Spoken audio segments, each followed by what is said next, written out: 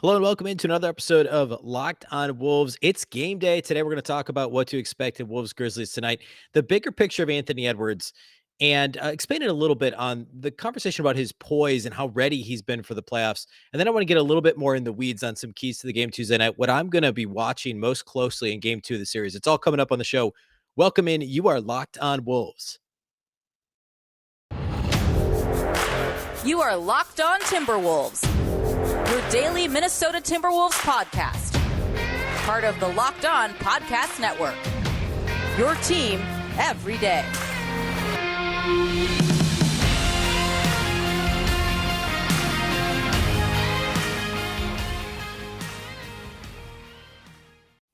Hello and welcome to the Locked On Wolves podcast, part of the Locked On Podcast Network, your team every day. My name is Ben Beecken. I'm the host of Locked On Wolves.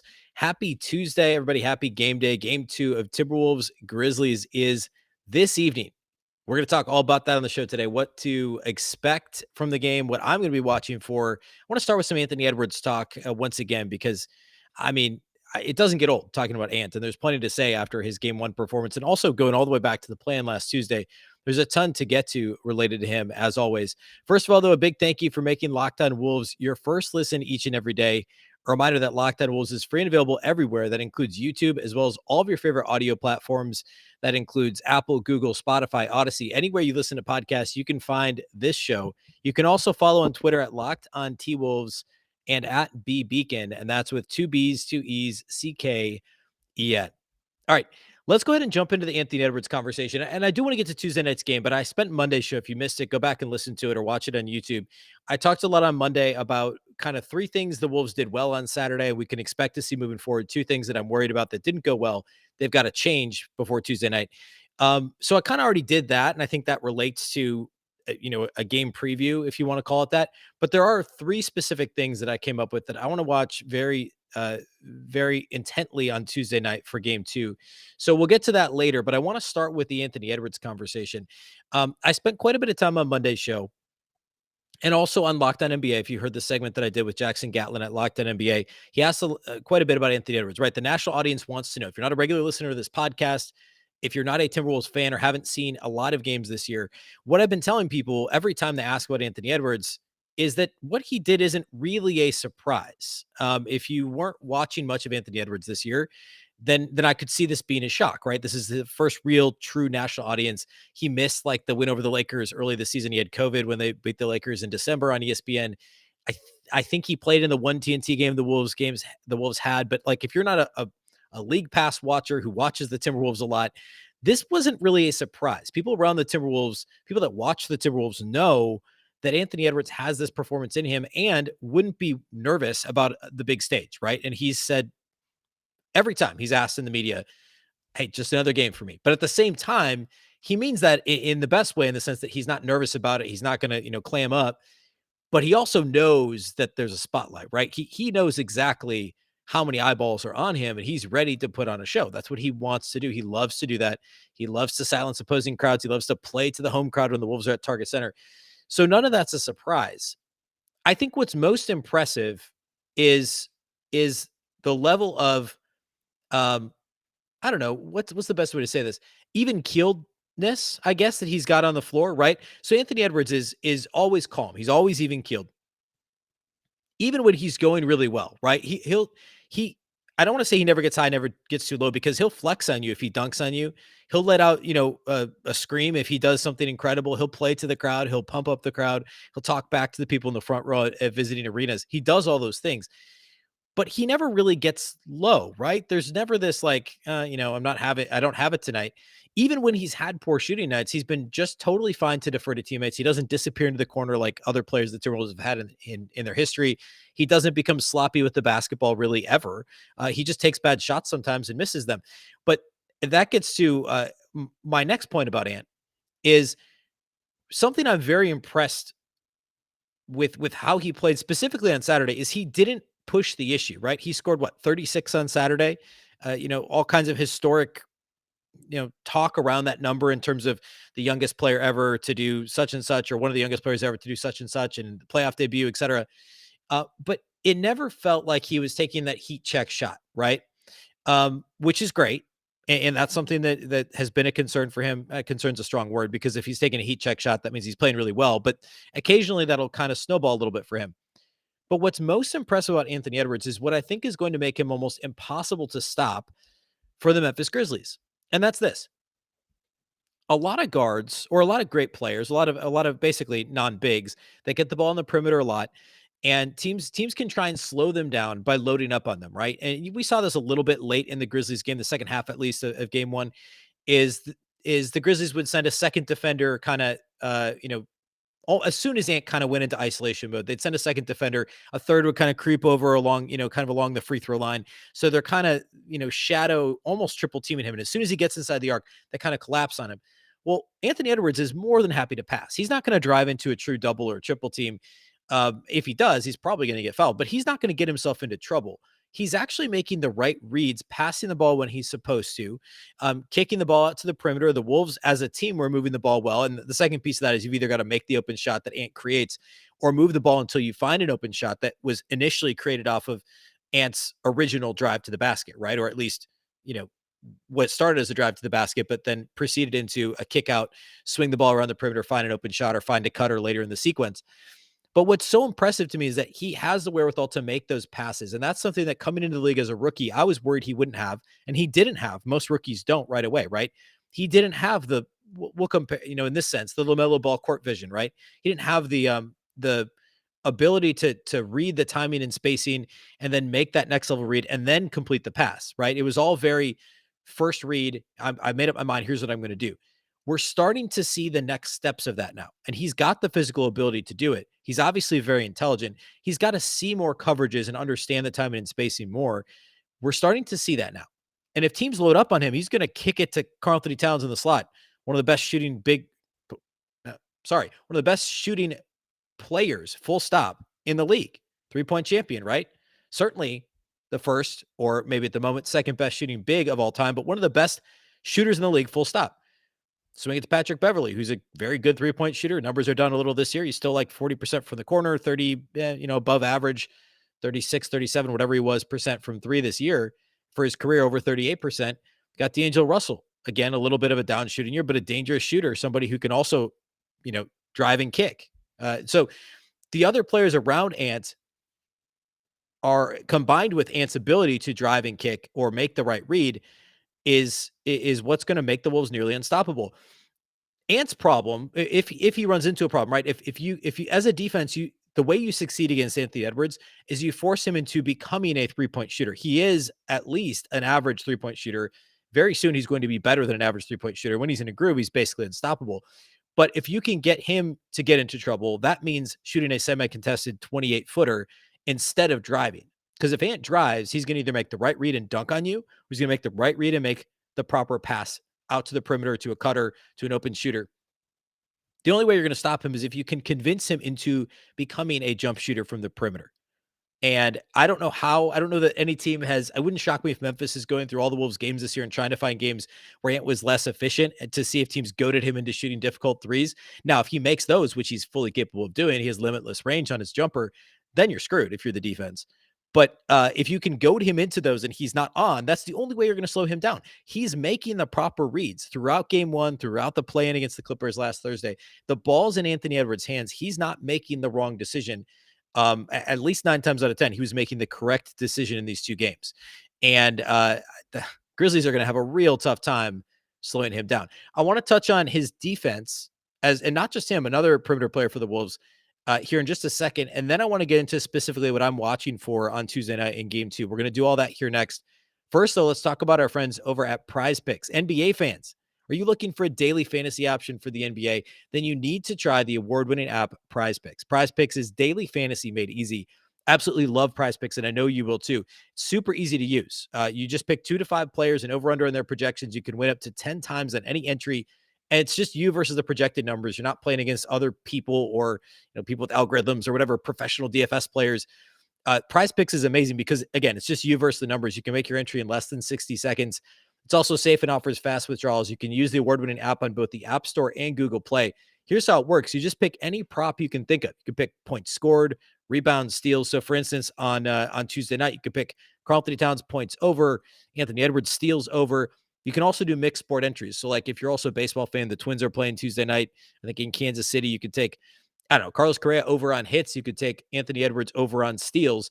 Cross sports. You could also bet on, you could also play, you do an entry with college basketball if it's basketball season, or if it's college basketball season, NFL, soccer, MMA, whatever it is, you can cross sports when you're doing this. For a limited time, Prize Picks has an exclusive no-brainer of an offer for all of our users. Users get $50 for free if a player in your first Prize Picks entry scores a single point, but you must use code NBA. That's right. This is an exclusive offer available to Locked On listeners only. Sign up today and use the code NBA, $50 for free if a player in your first Prize Picks entry scores a single point. Let's also talk about our friends over at BetOnline. BetOnline.net is your number one source for all your betting stats and sports info. You can find all the latest sports developments, league reviews, and news, including this year's basketball playoffs and the start of the Major League Baseball season. By the way, the line for Wolves-Grizzlies Game 2 is still at -7 at BetOnline.net. Hasn't moved since it opened. I think it opened at 7. Crazy to me that it's still sitting at 7, but I don't know. We'll see. We'll see. BetOnline is your continued source for all your sporting wagering information, from live betting to playoffs, esports, and more. Head to the website today or use your mobile device to learn more about the trends and action. BetOnline, where the game starts.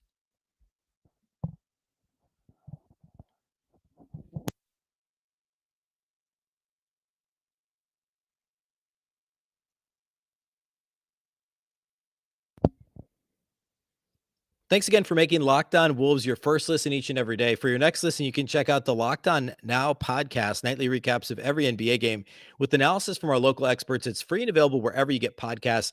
We're still doing it in the postseason, so it's the best way to get caught up on the action from the night before. If you missed, if you missed the rest of the games on Tuesday because you're locked in on the Wolves game, you can't think and function and watch the other games like I pretty much am anytime the Timberwolves are playing. I'm so locked in on that one. You can listen to Locked On Now. You get a better kind of 60 to 90 second recap summary of what happened, what you need to know from the game. It's better than scrolling Twitter. It's better than watching the highlight shows or box scores or whatever it is you do to get caught up on the NBA. Make sure to check out the Locked On Now podcast. Okay. Another point on Anthony Edwards. Well, actually, two things. First, if you haven't listened to Bill Simmons' show on The Ringer, this week he did a 2-part pod with Ryan Russillo, and not all, I'm not endorsing everything, but I'm endorsing the Timberwolves part of the conversation, which was the first part of their part 2 podcast. They had a long Anthony Edwards conversation, probably 30 total minutes involving the Wolves, 15 to 20 of which were about Anthony Edwards, and, certainly jumping into hyperbole territory with where they're ranking his potential, his ceiling, et cetera. It's fun to indulge in it. And I actually co-sign a lot of what they were saying.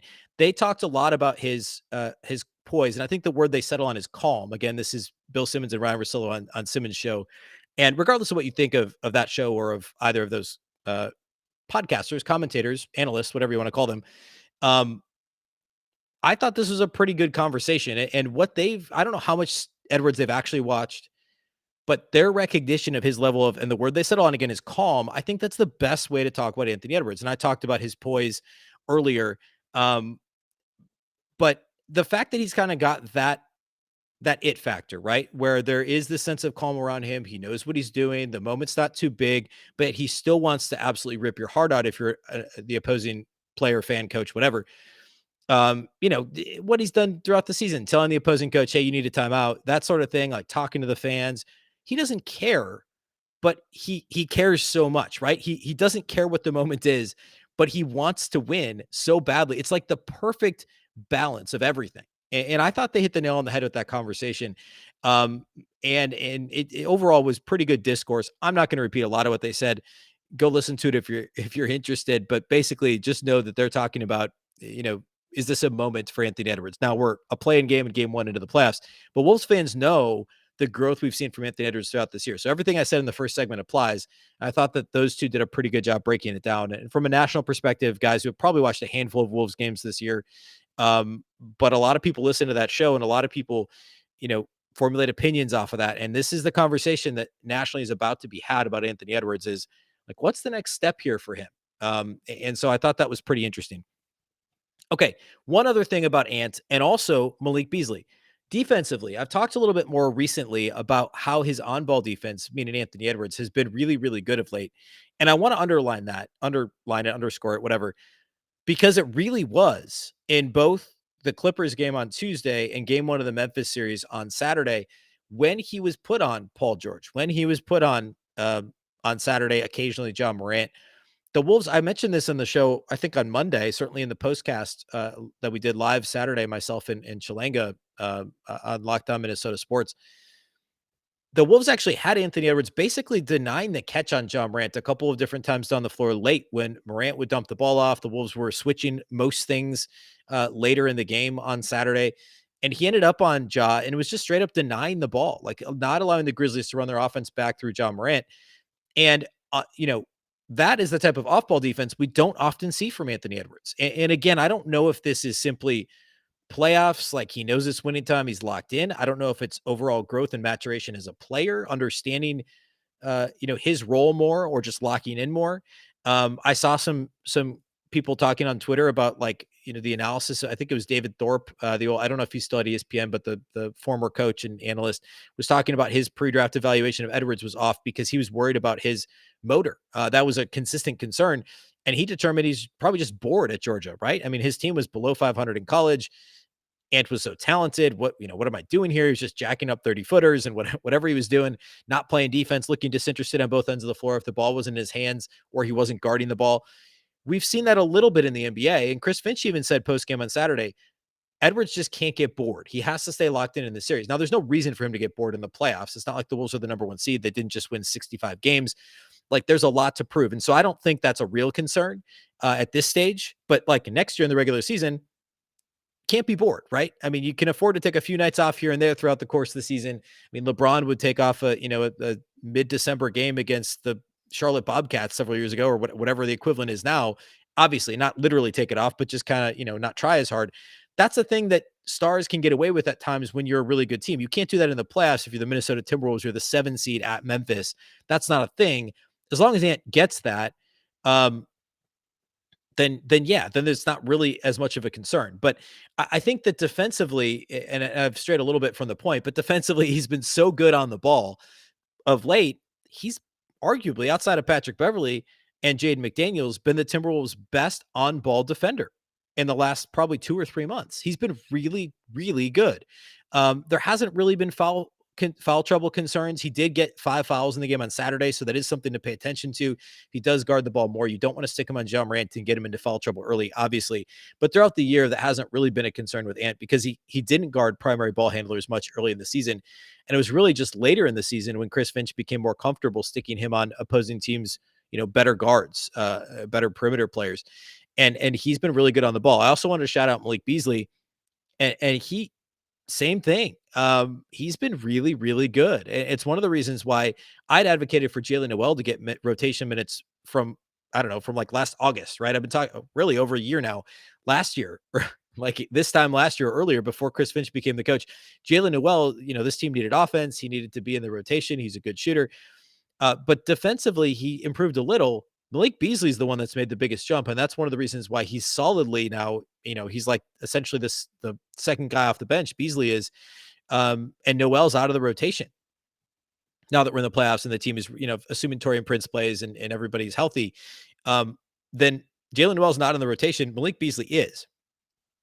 Well, Bees has been shooting the ball better, and he scored 20 plus on Saturday. Obviously, that's been great. But defensively, he's been really good. He's not a clear minus anymore when he's on the floor. Defensively, I should say. If he's on the ball, he at least the compete level is there. The athleticism has obviously always been there. He's just a little undersized, and he can still get kind of outflanked laterally at times. Off the ball is not always great for Beasley. But if the awareness is peaked for Beasley, and if he's locked in, he can be an average defender. And if that's the case, I mean, you don't have very many minuses defensively on the perimeter for the Wolves. I mean, Jordan McLaughlin's a plus. Patrick Beverley obviously is. D'Angelo Russell would be the one that is anywhere between a minus. If he's at his best, D'Angelo Russell's kind of an average defensive player. He's not a clear minus this year when he's locked in. So you're talking about a team that defensively doesn't have very many players that are bad defenders in the rotation. You could argue that they're all roughly average or better in terms of one-on-one defense, factoring team defense. They've got a bunch of guys who can generate turnovers by jumping passing lanes and using their length and their basketball IQ to jump to get their hands into passing lanes, deflections, etc. And Malik Beasley's been a big part of that. Remember, I talked about this all season long on this show. The difference between good and great is essentially the same difference as between bad and good, right? Obviously that's way oversimplified, but to take two bad defenders like D'Angelo Russell and Malik Beasley and go from bad to average-ish, even if they're not good, but they're average or they're replacement level, to borrow a baseball term, defensively, that's the same as taking a good defender like, I don't know, Jared Vanderbilt or something, and making them an outstanding defender. That's not a good example because he's always been above average, but it's this essentially the same jump as from average or good to great. And if all of your defenders are roughly average or better, you're going to have a good defense. And we saw the Timberwolves with a middle of the pack defense at their best, a top defense for stretches this year. Excuse me, top 10 defense for stretches this year. And that obviously made a big impact on the Timberwolves winning and also in game one against Memphis. Okay, I want to close the show today by talking about three things that I'm going to be paying attention to on Tuesday night in game two. We're going to do that here next. First, so let's talk about our friends over at Rock Auto. This episode of Locked On Wolves is brought to you by Rock Auto. With the ever-increasing numbers of makes and models, it's now impossible for your local chain auto parts store to stock all the parts you need. Why endure often pointless or seemingly intimidating questioning and wait while the person behind the counter orders the parts on their computer, choosing the only brand that their warehouse happens to carry? You have a computer with access to rockauto.com, both at home and in your pocket. You can save time and money when using Rock Auto. Why would you choose to spend 30, 50, even 100% more for the same parts from a chain store or a car dealership? Rock Auto is a family business serving do-it-yourselfers for over 20 years. Rock Auto prices are reliably low for every customer. They have everything you could possibly need, from brake parts to tail lamps, motor oil to even new carpet. Go explore their easy-to-use website today to find the solutions your auto part needs. Go to rockauto.com right now. See all the parts available for your car or truck. Right, Locked On in their How Did You Hear About Us box so they know that we sent you. Amazing selection, reliably low prices, all the parts your car will ever need. rockauto.com.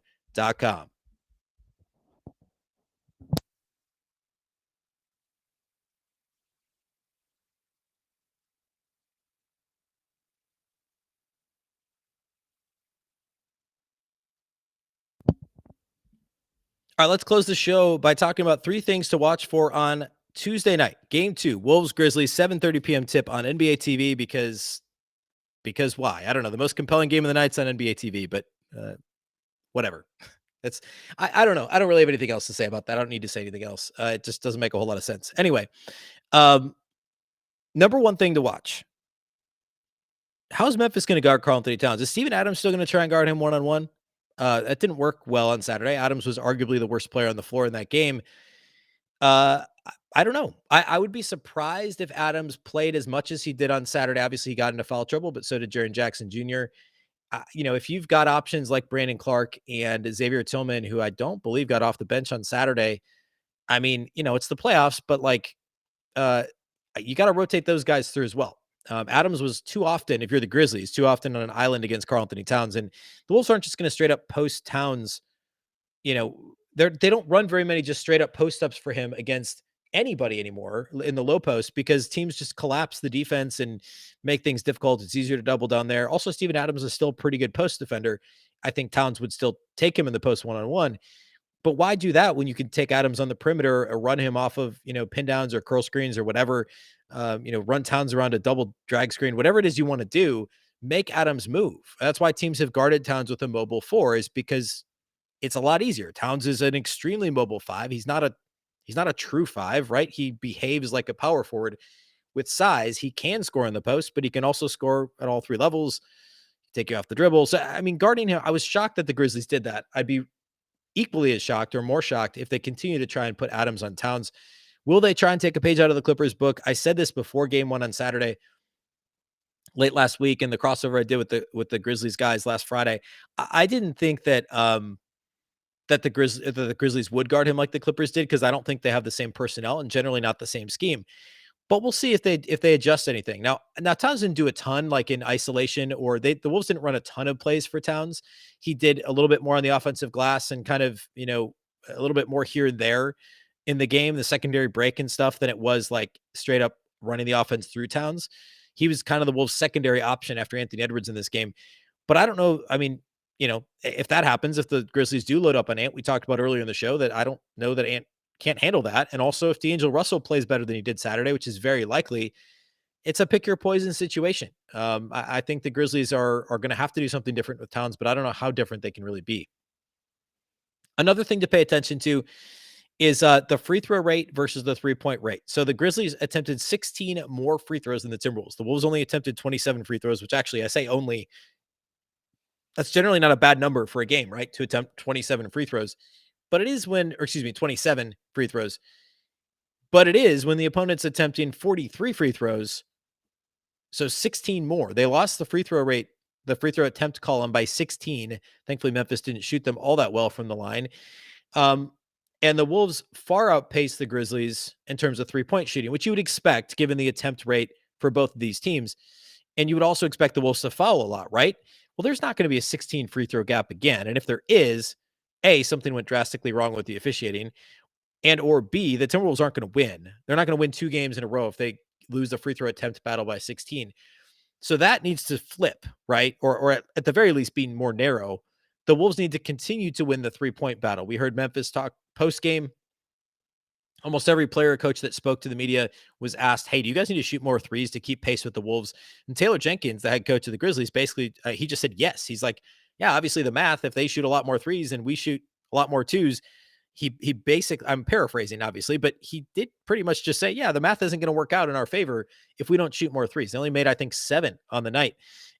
So if the Wolves can keep that 3-point imbalance, the Grizzlies going to run more stuff to try and get threes. Excuse me. They're going to try and get Desmond Bane more involved. Are they going to try and get, more open threes for Ja? Is Jaren Jackson going to keep trying to fire from the perimeter? The Grizzlies don't have that many plus 3-point shooters. Obviously, Tyus Jones has been very good this year for them. Desmond Bane, clearly. Dylan Brooks is a good 3-point shooter. How are the Grizzlies going to handle this? I don't know. But if the Wolves can keep that difference similar to where it is and narrow the gap free throw wise, then I think they'll be in really good shape. The last thing should kind of go without saying, that's the rebounding battle. I talked at length about it last week. My worries about the Grizzlies being by far the best offensive rebounding team in the league, the Wolves being one of the worst defensive rebounding teams in the league.